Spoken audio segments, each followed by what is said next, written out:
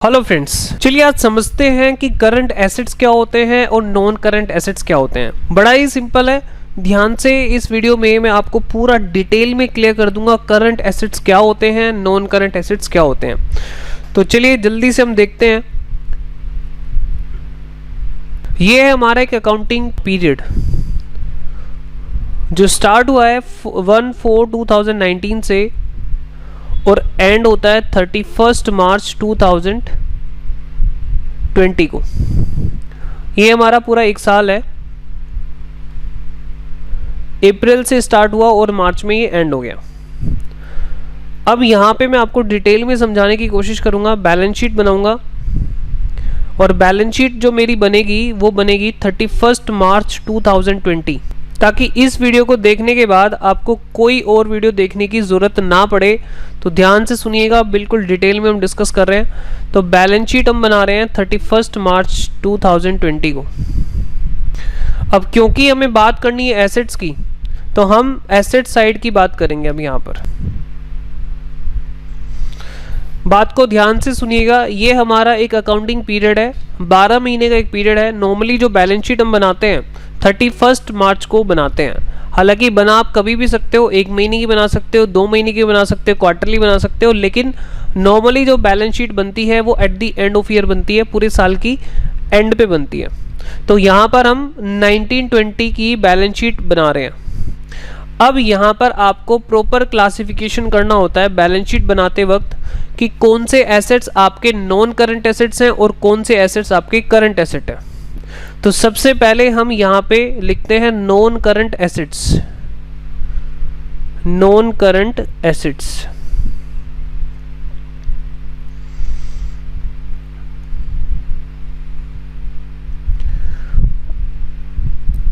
और यहां पे थोड़ा सा गैप देके हम लिख देते हैं करंट एसेट्स।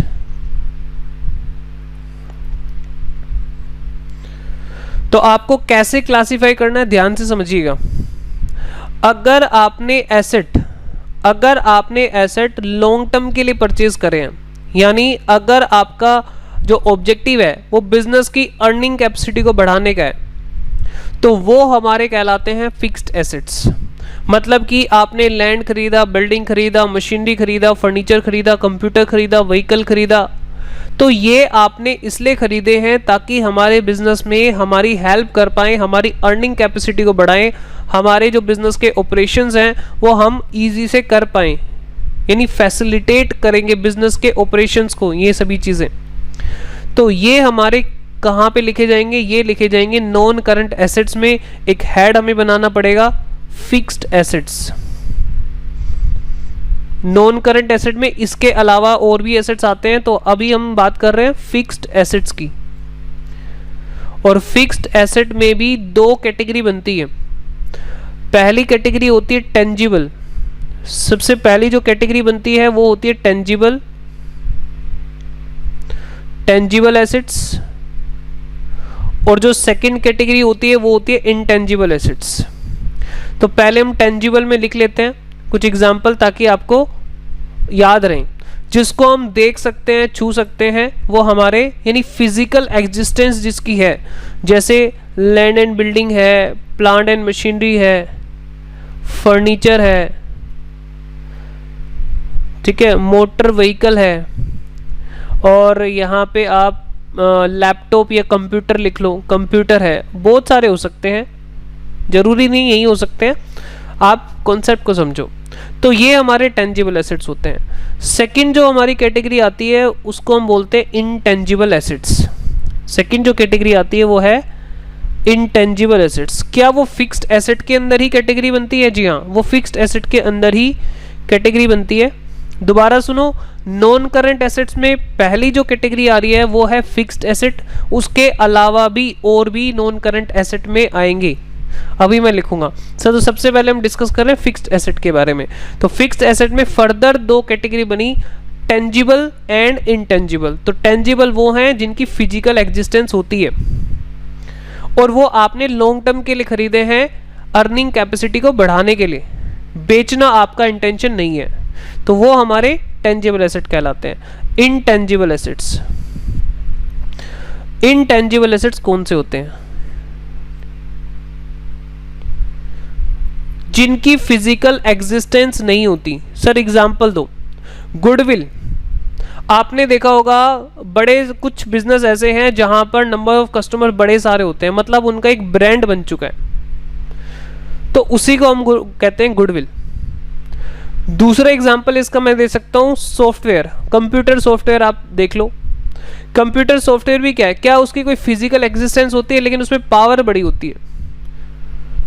तीसरा एग्जांपल है पेटेंट। पेटेंट क्या होता है, टेक्नोलॉजी से रिलेटेड राइट्स, मतलब अगर मैंने कोई प्रोडक्ट बनाया है जिसमें मैंने एक अपनी ही इन्वेंट की हुई टेक्नोलॉजी यूज की है, तो उस टेक्नोलॉजी को कोई और कॉपी ना करे तो मेरे पास उस टेक्नोलॉजी का राइट रहेगा, तो उसको हम बोलते हैं पेटेंट। तो ये हमारे क्या है, इंटेंजिबल एसेट्स हैं, मतलब हमें फ्यूचर इकोनॉमिक बेनिफिट्स देते हैं लेकिन इनकी फिजिकल एग्जिस्टेंस नहीं होती। इनके अंदर पावर तो बहुत होती है बट इनकी फिजिकल एग्जिस्टेंस नहीं होती, मतलब हम इनको देख नहीं सकते, छू नहीं सकते, लेकिन पावर बहुत ज़्यादा होती है इनके अंदर। जैसे सॉफ्टवेयर है, कंप्यूटर का सॉफ्टवेयर है, कितना ज़्यादा इंपॉर्टेंट रहता है ना। तो ये हमारे कहलाते हैं इंटेंजिबल एसेट्स। थोड़ा सा हम यहां भी लिख लेते हैं, जैसे गुडविल हमारा हो गया, पेटेंट,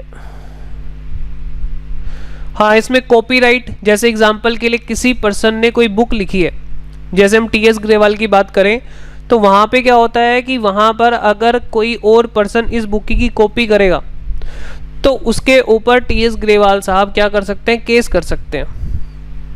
बात समझ में आई। तो वो एक राइट हमारे पास है, कोई लाइसेंस भी हो सकता है, तो वो हमारे सारे क्या हैं, intangible assets. Goodwill, patent, trademark, copyright, software में लिख देता हूँ, चलो सारे तो मैं यहाँ नहीं लिख रहा हूँ, बस आपको समझाना मेरा इरादा है। तो फिक्स्ड एसेट में दो कैटेगरी बन गई, टेंजिबल जिनको हम देख सकते हैं, छू सकते हैं, जिनकी फिजिकल एग्जिस्टेंस है, जो हमने इसलिए खरीदे अर्निंग कैपेसिटी को बढ़ाने के लिए, और दूसरे हमारे हैं इंटेंजिबल एसेट्स जो कि हमारी अगेन अर्निंग कैपेसिटी को ये भी बढ़ाते हैं, तभी ये फिक्स्ड एसेट हमारे बोले जा रहे हैं, बट इनकी फिजिकल एग्जिस्टेंस नहीं होती है। ठीक है सर, और कौन से आ सकते हैं फिक्स्ड एसेट के अंदर, long term investment. Long term investment, अगर मान लो आपकी जो इन्वेस्टमेंट है, एग्जांपल के लिए आपने इन्वेस्टमेंट जो की है, आप कब बना रहे हो बैलेंस शीट, पहले वो डेट डिसाइड होनी चाहिए जिस दिन आप बैलेंस शीट बना रहे हो। आप बना रहे हो 31 मार्च 2020 को, इस दिन आप बैलेंस शीट बना रहे हो, और आपने नेक्स्ट 1 ईयर तक, नेक्स्ट 1 ईयर जो अगला साल आना है, जो कब खत्म होगा, 31 मार्च 2021 को, 31 मार्च 2021 को, अगर इन्वेस्टमेंट आपको इसके बाद कैश में कन्वर्ट करनी है, इस पीरियड के बाद, अगले आने वाले 1 साल के बाद कैश में कन्वर्ट करनी है, तो वो आपकी कहलाएगी नॉन करंट इन्वेस्टमेंट या लॉन्ग टर्म इन्वेस्टमेंट। एक दूसरा नाम भी है, सुन लो, नॉन करंट इन्वेस्टमेंट या लॉन्ग टर्म इन्वेस्टमेंट। आपने कहीं किसी कंपनी के शेयर्स खरीदे हुए हैं, किसी कंपनी के डिबेंचर्स खरीदे हुए हैं। सर डिबेंचर क्या होते हैं, किसी कंपनी को लोन दिया हुआ है, तो लोन भी दिया जाता है, जैसे शेयर खरीदे जाते हैं इस तरह से डिबेंचर्स भी खरीदे जाते हैं, किसी कंपनी को हम लोन भी दे सकते हैं। ठीक है, चलिए, तो लॉन्ग टर्म इन्वेस्टमेंट है, यानी 1 साल से ज़्यादा की अगर इन्वेस्टमेंट है तो वो भी नॉन करंट एसेट का हिस्सा बनेगी। फिर हमारी यहाँ पे थर्ड जो बात आती है वो आ जाती है यहाँ पे long term loans and advances. Long term loans and advances. Sir loan तो हमारी लायबिलिटी होते हैं, नहीं, लोन से नहीं डिसाइड कर सकते आप लायबिलिटी होते हैं। आपको देखना पड़ेगा कि आपने लोन दिया है कि लिया है। अगर आपने लोन कहीं से लिया है तो वो आपकी टेंशन है, मतलब लायबिलिटी है। बट अगर कंपनी ने यानी बिजनेस ने किसी को लोन दिया है तो वो बिजनेस का एक एसेट होता है। अब ये देखा जाता है कि वो लोन आपने कितने टाइम के लिए दिया है। अगर वो लोन रिकवर होगा अगले आने वाले 1 साल यानी 12 महीने के बाद, यानी यहाँ पर 31 मार्च 2021 के बाद, तो आप उसको क्लासिफाई करोगे long term loans and advances में। इसका सर एग्जांपल दीजिए प्रैक्टिकल लाइफ में। इसका एग्जांपल मैं आपको बता देता हूँ। जैसे क्या होता है कि एम्प्लॉयज़ को कभी कभी एम्प्लॉयर क्या करता है, लोन देता है, मान लो एम्प्लॉय के घर में शादी है और उसने इस बिजनेस के लिए 10 साल तक काम किया है, तो अब बिजनेस की भी कहीं ना कहीं एम्प्लॉयर की भी रिस्पॉन्सिबिलिटी बनती है कि भाई उसको इस टाइम पर वो फाइनेंशियली सपोर्ट करे। तो क्या होता है कि एम्प्लॉयज़ को लोन दे दिया जाता है, बाद में उनकी सैलरी से डिडक्ट कर लिया जाता है।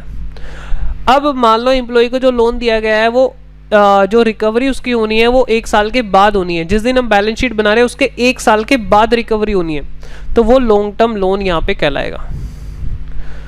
ठीक है, तो इसमें और भी एग्जाम्पल आ सकते हैं, लेकिन अभी के लिए इतने आपके लिए सफिशिएंट है, इनफ है, तो आप इतना आप समझ के चलिए। उसके बाद हम बात करेंगे करंट एसेट्स की। करंट एसेट बेसिकली ऑर्गेनाइजेशन ने इसलिए रखे होते हैं, या तो उनको रीसेल करें, मतलब कैश में कन्वर्ट करना कहीं ना कहीं ऑब्जेक्टिव रहता है, या तो वो कैश में ऑलरेडी है या फिर कैश में कन्वर्ट करने का इरादा ऑर्गेनाइजेशन का होता है। सर इसमें एग्जांपल बताओ। जैसे हमारे पास इन्वेंट्री, मतलब इन्वेंट्री किसको कहते हैं हम? स्टॉक। हमने गुड्स खरीदे हैं, अब गुड्स जो हमने खरीदे हैं तो हमारा इरादा क्या है? उनको जल्दी से जल्दी कैश में कन्वर्ट करने का इरादा है। हमारी इंटेंशन ये है कि हम जल्दी से जल्दी उनको कैश में कन्वर्ट करें। अगर यहाँ पर हमारे करंट एसेट्स क्या होते हैं? आने वाले 12 महीने के अंदर, आने वाले 12 महीने के अंदर कैश में कन्वर्ट हमें करने हैं, तो वो हमारे करंट एसेट्स कहलाते हैं। या तो वो कैश में हैं ऑलरेडी या फिर कैश में कन्वर्ट हो जाएंगे, तो वो हमारे कहलाते हैं करंट एसेट्स। इसमें और भी लिख देता हूं मैं, इसमें मैं लिख देता हूं यहां पे debtors and BR. Sir debtors तो हमें पता है, वो लोग जिनसे हमें पैसा लेना है, जिनको हमने गुड्स उधार बेचा है। बीआर क्या होते हैं? बीआर तो हमने पता नहीं हमें, तो बीआर सुनो क्या होता है। बीआर होता है जैसे मान लो मैंने एक्स को माल बेचा और एक्स को मैं जानता हूं, एक्स ने मुझे वादा कर दिया कि भाई मैं ये पैसे 2 महीने के बाद लौटा दूंगा, तो मुझे उनके ऊपर भरोसा है, मेरी जान पहचान के पर्सन है, तो उनको मैं बोलूँगा डेटर्स। लेकिन मान लो एक पर्सन है मिस्टर वाई, वो मेरी शॉप पर सिर्फ 2 या 3 बार आया है, उसने कैश में गुड्स खरीदा है, लेकिन चौथी बार जब वो आया तो उसने क्या कहा कि सर मुझे उधार चाहिए। तो अब हम यहाँ पर थोड़ा सा हिचकिचा रहे हैं कि भाई उसको उधार दें, इसको तो हम जानते भी नहीं है। तो हम लोग क्या करते हैं, हम लोग उससे एक रिटर्न डॉक्यूमेंट ले लेते हैं, प्रॉमिस करवा लेते हैं कि आप वादा करो कि आप 2 महीने के बाद हमें पैसे दोगे। तो उसको बोलते हैं बिल्स रिसीवेबल, उसको हम बोलते हैं बिल्स रिसीवेबल। ठीक है, तो डेटर कौन है? जिनसे हमें पैसा लेना है, जिनको हमने उधार माल बेचा हुआ है उनसे पैसा लेना है, लेकिन उनके ऊपर हमें भरोसा है। उनका जो रिटर्न प्रॉमिस नहीं है, उनका ओरल प्रॉमिस है। लेकिन बीआर क्या है? जिन्होंने रिटर्न प्रॉमिस किया हुआ है, जिनके ऊपर हमें भरोसा कम है। बात समझ में आ रही है? हाँ सर। वैसे अगर मैं आपको बताऊं, कंपनीज एक्ट में इनका दूसरा नाम है ट्रेड रिसीवेबल, ट्रेड रिसीवेबल भी इनको बोला जाता है। चलो सर ठीक है, थर्ड बताओ। अब जैसे हमने यहाँ पे लॉन्ग टर्म इन्वेस्टमेंट लिखी थी, यहाँ पे हो सकता है शॉर्ट टर्म इन्वेस्टमेंट हो, शॉर्ट टर्म इन्वेस्टमेंट। सर मतलब क्या हुआ? अगर किसी कंपनी के शेयर में पैसा लगाया है या डिबेंचर में पैसा लगाया है, लेकिन लॉन्ग टर्म के लिए नहीं लगाया, 6 महीने, आने वाले 6 महीने में हम कैश में कन्वर्ट कर लेंगे, या 7 महीने में, यानी आने वाले 12 महीने के अंदर। सर कहाँ से हमें देखना है आने वाले 12 महीने के अंदर? आप जिस दिन की बैलेंस शीट बना रहे हो उससे आने वाले 12 मंथ्स देख लो कहाँ तक हो रहे हैं। जिस दिन की बैलेंस शीट बना रहे हो उससे अगले 12 महीने तक अगर आप उसको कैश में कन्वर्ट कर लोगे तो वो आपकी करंट इन्वेस्टमेंट कहलाएगी। अगर 12 महीने के बाद आपका इरादा है उसको कैश में कन्वर्ट करने का, तो वो नॉन करंट एसेट कहलाएगी। ठीक है सर, तो ये हमारी 1 ईयर या उससे कम की इन्वेस्टमेंट है। फोर्थ, जैसे हमने ऊपर लिखा था long term loans and advances, उसी तरीके से यहां हो सकता है short term loans and advances, कि हमने अपने एम्प्लॉय को लोन दिया है, लेकिन हमने कहा कि भाई हमें 6 महीने के अंदर ही वो लोन वापस भी चाहिए। तो अगर बैलेंस शीट डेट, जिस दिन आप बैलेंस शीट बना रहे हो उसके 1 साल के बाद वो पैसे आने हैं, तो वो लॉन्ग टर्म हो गया, long term loan and advances. अगर 12 महीने के अंदर अंदर पैसे आने हैं, जैसे हम यहाँ पे कब बना रहे हैं 31 मार्च 2020 की बना रहे हैं, तो हमारे पास अगर 31 मार्च 2021 तक पैसे आने हैं तो हम क्या बोलेंगे, current assets, short term loan and advances. फिर यहाँ पे आ जाएगा कैश इन हैंड, जिसको हम शॉर्ट में कैश ही बोल देते हैं, जो पैसा हमारे पास है। और दूसरा हमारा आ जाता है बैंक बैलेंस, बैंक, जो हमारा पैसा बैंक में रखा हुआ है, ठीक है। तो कैश एट बैंक भी बोल देते हैं, इसका नाम कैश एट बैंक भी है। और हाँ, कंपनी में कंपनी एक्ट इनको क्या बोलता है, cash and cash equivalent, cash and cash equivalent, यानी कैश और कैश के जैसा। बैंक बैलेंस भी कैश के जैसा ही होता है। तो सर ये नाम क्यों बता रहे हो, बस ऐसे ही आपकी नॉलेज बढ़ाने के लिए नाम बता रहा हूँ, ताकि कल को आप अगर ये नाम भी कहीं देखें लिखे हुए तो आप इनका मतलब समझ जाएं। सर एक बार रिवाइज करा दो फटाफट से, उसके बाद हम आगे बढ़ते हैं। ठीक है जी, बिल्कुल सही बात है। तो यहाँ पे आपको ध्यान से देखना है, बैलेंस शीट आप जब भी बना रहे हो तो वहाँ से आपको डिसाइड करना है कि करंट एसेट में लिखना है उस आइटम को या नॉन करंट एसेट में लिखना है। नॉन करंट एसेट में सबसे पहली आइटम हमारी आती है फिक्स्ड एसेट, जिनको हमारा बेचने का इरादा बिल्कुल भी नहीं है। उसमें दो कैटेगरी आ जाती हैं, टेंजिबल, इंटेंजिबल। टेंजिबल जिनकी फिजिकल एग्जिस्टेंस होती है, इंटेंजिबल जिनकी फिजिकल एग्जिस्टेंस नहीं होती। कंप्यूटर सॉफ्टवेयर उसमें आ गए, लाइसेंस आ गया, फ्रेंचाइजी आ गई, गुडविल आ गई, पेटेंट, ट्रेडमार्क, तो बड़े सारे एग्जाम्पल हैं, मैंने कुछ एग्जाम्पल यहाँ पे लिख दिए हैं। टेंजिबल एसेट्स तो गुडविल, पेटेंट, टेंजिबल में मशीनरी, प्लांट, फर्नीचर वगैरह जो अर्निंग कैपेसिटी को बढ़ाने के लिए हमने खरीदे हैं। लॉन्ग टर्म इन्वेस्टमेंट, जो हमने इरादा तो है हमें कैश में कन्वर्ट करने का, लेकिन लॉन्ग टर्म के लिए, लॉन्ग टर्म के लिए आने वाले 12 महीने के अंदर हमारा कैश में कन्वर्ट करने का कोई भी इरादा नहीं है, तो वो हमारी लॉन्ग टर्म इन्वेस्टमेंट कहलाएगी। अगर 12 महीने से कम के लिए इन्वेस्टमेंट की है तो आप कहाँ रखेंगे उसको, शॉर्ट टर्म इन्वेस्टमेंट यानी करंट एसेट मानेंगे। लॉन्ग टर्म लोन एडवांसेस, आपने अगर 1 साल से ज़्यादा के लिए पैसा दिया हुआ है, कब से देखोगे 1 साल, जिस दिन बैलेंस शीट बना रहे हो उससे 1 साल देखना कब कंप्लीट हो रहा है, उसके बाद के लिए लोन दिया हुआ है यानी बाद में रिकवरी होगी तो आपका लॉन्ग टर्म हो गया। विद इन 12 मंथ्स रिकवरी होने वाली है तो आपका वो short term loan and advances कहलाएगा। ये तो आप समझते हो। स्टॉक आप जानते हो, इसका दूसरा नाम इन्वेंट्री है, एक और नाम होता है मर्चेंडाइज, तो वो भी आप सीख सकते हो। Debtors and BR, company act इनको बोलता है, यानी कंपनी की जब अकाउंट्स हम सीखेंगे तो इनको बोला जाता है ट्रेड रिसीवेबल। क्या बोला जाता है, ट्रेड रिसीवेबल, जिसमें आता है डेटर्स एंड बीआर। ठीक है सर, शॉर्ट टर्म इन्वेस्टमेंट समझा चुका हूँ मैं, ये समझा चुका हूँ। कैश या बैंक ये तो ऑलरेडी लिक्विड फॉर्म में है, तो ये तो आप समझ ही सकते हो। ठीक है, तो यहाँ पे एक बार पिक्टोरियल प्रेजेंटेशन और समझा दो ताकि आपको थोड़ा सा एक क्लैरिटी मिल जाए। तो यहाँ पे आप देखो current assets, short term assets, ठीक है, तो यहाँ पे 1 साल तक या 1 साल से कम के लिए। कैश एंड कैश इक्विवेलेंट मैंने आपको बताया था, ये हमारे लिए क्या होता है, इसके अंदर कैश हो गया जो हमारे हाथ में है और बैंक का बैलेंस जो कैश और कैश के जैसा है। फिर उसके बाद शॉर्ट टर्म इन्वेस्टमेंट जो 1 साल से कम की इन्वेस्टमेंट है या 1 साल तक की इन्वेस्टमेंट है, वो यहाँ पे आ जाएगी। अकाउंट रिसीवेबल, ये कंपनी एक्ट का यहाँ पे टर्म यूज हुआ है, तो यहाँ पे डेटर्स एंड बीआर है, debtors and BR, bill receivable. तो देखो ये हमारे डेटर्स या बीआर है जिन लोगों से हमें पैसे लेने हैं, और ये हमारी ऑर्गेनाइजेशन है। फिर उसके बाद यहाँ पे इन्वेंट्री आप देख सकते हो, ये हमारी इन्वेंट्री है जिसमें हम डील कर रहे हैं, यानी गुड्स जो हम खरीद रहे हैं उसका stock. Short term loans and advances, हमने लोन एडवांसेस दिए हैं तो वो भी यहाँ पे एग्जांपल हो गया। फिर हम बात करेंगे यहाँ पे नॉन करंट एसेट्स में, यहाँ पे बस सिर्फ फिक्स्ड एसेट का ही बताया गया, सिर्फ टेंजिबल का। ठीक है, बाकी चीज़ें मैंने समझा दी हैं, तो आप यहाँ पे सिर्फ फिक्स्ड एसेट का टेंजिबल पार्ट देख रहे हैं, ये हमारे टेंजिबल है।